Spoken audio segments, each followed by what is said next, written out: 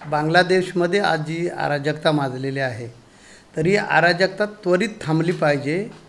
हिंदूंवर होणारे अत्याचार त्वरित थांबले पाहिजे, अन्यथा आम्हाला हिंदूंच्या रक्षणासाठी पुढे सरसावे लागेल.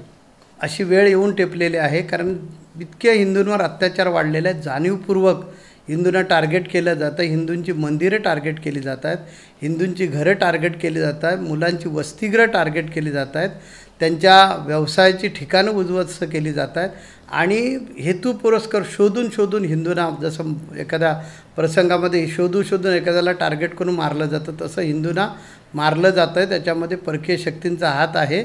ज्या हिंदूंच्या विरोधी असणाऱ्या ज्या एजन्सी आहेत त्यांचा हात आहे आणि हिंदूंना जाणीवपूर्वक संपवून टाकलं जातं. माझी घोषणा आहे, हिंदू धर्म खतरे में आहे आणि त्याचं प्रत्यंतर आज दिसून येतं आहे आणि त्यामुळे प्रचंड पीडा होते आणि यासाठीही आज पत्रकार परिषद आम्ही घेतलेल्याने याच्यातून संपूर्ण आंतरराष्ट्रीय समुदायाला आम्ही एक इशारा देऊ इच्छितो आहे की जर आपण बांगलादेशमध्ये शांतता प्रस्थापित होण्यासाठी प्रयत्न केले नाहीत आणि हिंदूंचा अशाच प्रकारे जर संहार होत राहिला तर हिंदूंच्या रक्षणासाठी पुढे सरसावं लागेल आणि मग त्याचे जे परिणाम होतील जगामध्ये ते नंतर करावा लागेल त्याचा. म्हणून हिंदूंच्या रक्षणासाठी सर्वांनी पुढे आलं पाहिजे.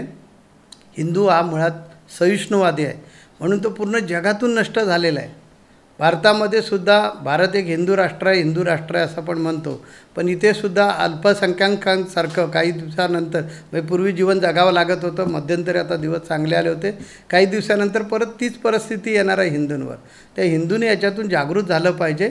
आज जो बांगलादेशचा प्रसंग आहे, ह्या बांगलादेशच्या प्रसंगामध्ये असं आढळून येतं की जाणून बुजून हे सगळं चाललेलं आहे. वाद आहे, वेगळ्या प्रकारचा वाद चालला. 1981 साली ज्यावेळेला बांगलादेश वेगळा झाला आणि त्यावेळी जे त्या युद्धामध्ये सहभागी झालेले लोक होते त्यांना त्यांच्या नातेवाईकांचे आरक्षण होतं. हा आरक्षणाचा मुद्दा आहे, त्यांच्या अंतर्गत देशाचा मुद्दा आहे आणि त्या आरक्षणामध्ये 30% आरक्षण द्यायचं ठरलं. त्याच्यानंतर मग पुन्हा उठाव झाला, विरोधकांनी उठाव केला वगैरे वगैरे आणि त्याच्यातून मग नंतर ते आरक्षण गेलं.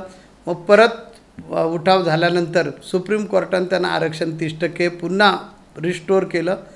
पुन्हा उठाव झाल्यानंतर पुन्हा ते आरक्षण 5%वर आणलं आणि त्याच्यातून हा प्रसंग त्यांचा उद्भवलेला आहे. त्यांच्या देशांचा अंतर्गत प्रश्न आहे, परंतु ह्याच्यामध्ये हिंदूंनाच का टार्गेट केलं जातं, हिंदूंनाच संपवलं का जातं, हिंदूंचीच मंदिरं का, हिंदूंचीच वसतिगृह का. कालचा जो प्रसंग आहे हा हृदयद्रावक प्रसंग होता की त्या वसतिगृहाच्या मुलांवर जे हल्ला झाला आणि त्याच्यातून ते लोंबकळत असणाऱ्या मुलावर जे प्रसंग दिसला किंवा TV चॅनलच्या माध्यमातून जे दिसलं ते अत्यंत हृदयद्रावक आहे.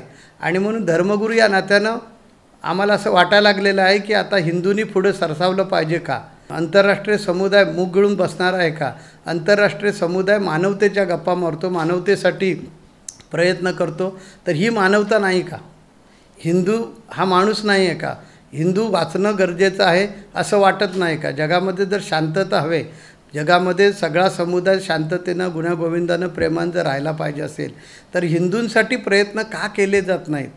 आणि इथे आम्हाला असाही प्रश्न विचारावा लागतो की आमच्या भारत सरकारचे अनेक पक्ष आहेत, म्हणजे आमच्या देशामध्ये वेगळ्या प्रकारचे पक्ष आहेत, त्यांनी ह्या ठिकाणी आपली भूमिका आता स्पष्ट करण्याची गरज आहे की हिंदूंचा असाच नरसंहार तुम्ही चालू देणार आहात का. आणि ही आमची जी तीव्र भावना आहे, आम्ही आता जे सध्या घडतं आहे त्याचा तीव्र भाषेमध्ये निषेध करतो आहे आणि हिंदूंच्या संरक्षणासाठी भारत सरकारने पण पुढाकार घेतला पाहिजे. आंतरराष्ट्रीय समुदाय जो आहे त्यांच्याकडून दबाव आणून त्या देशामध्ये हिंदूंच्या हिताचं, त्यांच्या धार्मिक स्वातंत्र्याचं रक्षण कसं होईल, त्यांच्या हिताचं, त्यांच्या मालमत्तेचं रक्षण कसं होईल या दृष्टीनं प्रयत्न केला पाहिजे. हिंदू त्या बांगलादेशमध्ये हिंदू जगू शकत नाही, हिंदू राहू शकत नाही का. या देशामध्ये जर बांगलादेशी मुस्लिम राहू शकतात, या देशामध्ये इतर समुदायाचे लोक राहू शकतात, तर तिथे बांगलादेशमध्ये हिंदूंना का असं टार्गेट केलं जातं आणि ते कधी थांबणार आहे. आणि थांबणार नसेल तर हिंदू म्हणून आम्हाला काही वेगळी भूमिका घ्यावी लागणार आहे का, याचा सरकारने पण हे करावा, खुलासा करावा आणि सर्व राजकीय पक्षांनीसुद्धा आपली मतं स्पष्ट करावीत असं मला वाटतं. भारत हा देश सहिष्णुवादी देश आहे, बंधुभाव, प्रेम, सलोखा हा पाळणारा देश आहे, मानणारा देश आहे. त्याच्यामुळे राजाश्रय तर दिलाच पाहिजे ना. कुठल्याही देशावर कधीही कसाही प्रसंग येऊ शकतो. त्यामुळे बांगलादेशच्या ज्या माजी पंतप्रधान आता खलिदा इकडे देशाच्या भारत देशाच्या आश्रयाला आलेल्या आहेत, तर राजाश्रय तर दिलाच पाहिजे. याच्यात भारताची चूक काय आहे? उद्या पाकिस्तानमध्ये जर असा प्रसंग झाला तर पाकिस्तानचे पंतप्रधान पळून जर या देशात आले तर आमचा देश हा सहिष्णुवाद आहे आणि आमच्या देशामध्ये सहिष्णुवाद असल्यामुळेच बांगलादेशच्या मुसलमानांचं फावलेलं आहे आणि बांगलादेशमध्ये जबरदस्तीनं हिंदूंना कन्वर्ट केलं जातं आहे, हिंदूंचं मुस्लिमीकरण केलं जातं आहे. असे कितीतरी प्रसंग आहेत बांगलादेशमध्ये घडलेले की हिंदूंवर प्रचंड प्रमाणामध्ये अत्याचार चाललेले आहेत. ती आमची संस्कृती नाही आहे. आमची वैदिक सनातन संस्कृती जी आहे ती वैदिक संस्कृती विश्वबंधुत्व मानणारी आहे आणि त्यामुळे आमच्या भारताच्या नरेंद्र मोदींनी जो राजाश्रय दिला आहे त्यांचं आम्ही स्वागत करतो. ह्याच्यामध्ये पाकिस्तानचा हात तर सरळ सरळ दिसतो आहे आणि त्यांची इस्लामी जमात जी संघटना आहे वगैरे, त्यानंतर जियांची जी संघटना आहे, या संघटनांनी हिंदू धर्मीय लोकांना टार्गेट केलेलं आहे आणि त्यांना जाणूनबुजून हिंदू समाज या परिस्थितीचा फायदा घेऊन बांगलादेशमधून हुसकावून लावायचा आहे, घालवायचा आहे. ज्यावेळी भारत पाकिस्तान युद्ध झालं त्यावेळेला फाळणी झाली, त्यावेळेला जसा प्रकार केला की ट्रेनच्या ट्रेन भरून हिंदूंची महिलांवर अत्याचार करून त्यांची स्तनं कापून त्यांचे अवयव कापून पाठवून द्यायचे आणि हिंदूंवर अत्याचार करायचे. तोच प्रकार इथे आता सुरू होईल असं मला वाटतं आणि म्हणून हिंदूंनी ताबडतोब जागृत होणं गरजेचं आहे. पाकिस्तानचा जिवंत इतिहास डोळ्यासमोर धरला पाहिजे. हेच बांगलादेशमध्ये पुढे घडेल असं मला वाटतं. पाश्चिमात्य संस्कृतीचं हे अंधानुकरण आहे. पाश्चिमात्य संस्कृतीमध्ये जे राहून आलेले आहेत त्यांना माहिती आहे की तिथलं जीवन उद्ध्वस्त झालेलं आहे.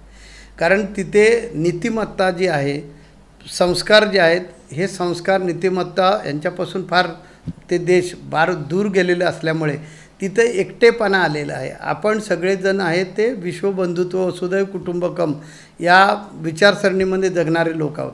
आज तरुणांना त्यांचं ॲट्रॅक्शन वाटतं आहे, परंतु या ॲट्रॅक्शनमुळे आपल्या देशामध्ये सुद्धा हा खतरा निर्माण झाला. म्हणून तर मी घोषणा दिली हिंदू धर्म खतरे में आणि मी माझ्या माध्यमातून युवा पिढीला हा संदेश देऊ इच्छितो आहे की आपली जी संस्कृती महान संस्कृती आहे, म्हणजे वैदिक सनातन संस्कृती, हिला अंतच नाही आणि हिचे जे संस्कार आहेत, जो देश स्वीकारेल तो देश नक्की या विश्वामध्ये टिकून राहील, जगेल. भारताला विश्वगुरू का म्हटलं जातं? कारण भारतामध्ये जे नीतिमत्ता, संस्कार मूल्य जे आहेत, संस्कृती जी आहे, अशी जगात कुठेही नाही. आणि पाश्चिमात्य संस्कृती जी आहे, ही पाश्चिमात्य संस्कृती वन्य प्राण्यासारखी आहे. वन्य प्राणी फक्त आणि फक्त स्वतःचा स्वार्थ पाहतो. तशा प्रकारची संस्कृती असल्यामुळे तिथे फक्त माझं जीवन आणि मला आनंद पाहिजे, बाकी कुणाला आनंद मिळाला नाही तरी चालेल. तिथे आम्ही पण कार्यक्रमांच्या निमित्तानं जातो, आमचाही तिकडे संप्रदाय त्या पाहतो आम्ही की सख्या आईची भेट घ्यायची असेल तर अपॉइंटमेंट घ्यावी लागते. अगोदर विचारावं लागतं की मी तुझ्याकडे येऊ का, कारण तिचा दुसरा नवरा असतो आणि हा मुलगा किंवा ही मुलगी पहिल्या नवऱ्याची असते. तर विचारावं लागतं. काही दिवसाचं, म्हणजे काही दिवसाचं, महिन्याचं पण नाही, काही दिवसाचं मूल आईपासून दुसऱ्या ह्याच्यामध्ये बेडरूममध्ये ठेवलं जातं. आपल्याकडे इतकं मूल मोठं जरी झालं, आता जवळजवळ 17-18 वर्षाचं मूल झालं तरी आम्ही त्याला आपला करून सांभाळत असतो. आणि तिथे तर इतकी विचित्र परिस्थिती आहे, आम्ही डोळ्याने पाहतो आहे. कारण तिथे आपला हिंदू समाज असल्यामुळे आम्ही वेळोवेळी परदेशामध्ये जात असतो तिथे संप्रदायाच्या माध्यमातून. तेव्हा ही जी पाश्चिमात्य संस्कृती म्हणजे काय ती जवळून पाहिले, जवळून अभ्यास केलेला आहे. म्हणून या माध्यमातून आपल्याला सांगू इच्छितो आम्ही की या पाश्चिमात्य संस्कृतीपासून दूर राहणे तर विनाश हा ठरलेला आहे. हो, नक्की येणार. कारण भारतामध्ये सुद्धा हिंदू खतऱ्यामध्ये आलेला आहे, म्हणजे मुळात आहेच. कारण भारतातील मुसलमानांची संख्या झपाट्यानं वाढत चाललेली आहे आणि मुस्लिम देश जगामध्ये भरपूर आहेत देश. हिंदूंचं एकही राष्ट्र नाही. जे नेपाळ होतं ते सुद्धा आता राष्ट्र राहिलेलं नाही. मग हिंदूंची बाजू घेणार कोण? आज जर इथे बांगलादेशमध्ये अन्य समुदायाचे लोक असते, हिंदू धर्मात सोडून अन्य समुदायाचे लोक असते, तर आंतरराष्ट्रीय दबाव ताबडतोब आला असता. इस्रायलमध्ये जो प्रसंग घडला आहे, अमेरिकेनं का बाजू घेतली त्यांची? कारण त्या ज्यू लोकांनाचं समर्थन केलं पाहिजे अमेरिकेला असं वाटतं, म्हणून अमेरिकेने त्याच्यात भाग घेतलेला आहे. तसं भारत देशामध्ये जर प्रसंग आला तर भारत देशातील हिंदूंचे अत्यंत हाल होतील. नक्की आहे राज्यकर्त्यांचं अपयश. 2014 पूर्वी हिंदूंची इतकी केविलवाणी परिस्थिती होती, कुठलाही कार्यक्रम आला की प्रसारमाध्यमांमध्ये एखादा एपिसोड लावला जायचा आणि तो आमचा सण असेल, ते आमचं व्रत असेल, ते आमचं वैकल्य असेल, आमचे उपवास तापास असतील, आमच्या प्रथा परंपरा रूढी असतील, त्या कशा बुरसटलेल्या आहेत असं दाखवलं जायचं. वास्तविक अध्यात्म आणि विज्ञान याची सांगड घालून जगणं गरजेचं आहे. अध्यात्मामध्ये जे विज्ञान आहे ते विज्ञान मानवतेकडे घेऊन जातं आणि त्यामुळे आम्ही वृक्षांवर प्रेम करणारे लोक आहोत. वृक्षांमध्ये अयम ब्रह्म म्हटलेलं आहे आमच्या वेदांनी, तत्त्वमसी सांगितलेलं आहे आमच्या वेदांनी. तर ही जी आमच्या वेदांनी सांगितलेलं आहे ती शिकवण काय सांगितलं की संपूर्ण चराचरामध्ये प्रत्येक जीवामध्ये चैतन्य आहे असं शिकवणारा आमचा हा धर्म आहे. आणि असा हा धर्म लोप पावत चाललेला आहे. त्यावेळी 2014 पूर्वी फार या देशामध्ये हिंदूंची परिस्थिती विचित्र झाली होती, म्हणून मला वाटतं सरकार पलटलं गेलं आणि हिंदू पुरस्कृत सरकार आलेलं आहे. आणि ज्या पद्धतीने हिंदूंच्या रक्षणाची काळजी घेतली पाहिजे, मला वाटत नाही की ज्या पद्धतीने हिंदूंच्या रक्षणाची काळजी घेतली पाहिजे तशी आता हल्ली 7-8 महिन्यामध्ये परिस्थिती बदलत चाललेली आहे. परत कसं आहे बघा, सहिष्णुता म्हणजे लाचारी नाही आहे, हे पहिलं आपण लक्षात ठेवलं पाहिजे. आमच्या जगद्गुरू तुकोबारायांनी सांगितलं, देऊ तरी कासोची लंगोटी नाही तर नाटाळाच्या कपाळे हानुकाठी. त्याच्यामुळे जर प्रसंग तसा आला आणि आम्हाला हिंदूंना उतरावं लागलं तर बांगलादेशमध्ये पण आम्ही घुसू आणि आमच्या हिंदूंचं रक्षण करू, हे मला सांगायचं या प्रसंगी.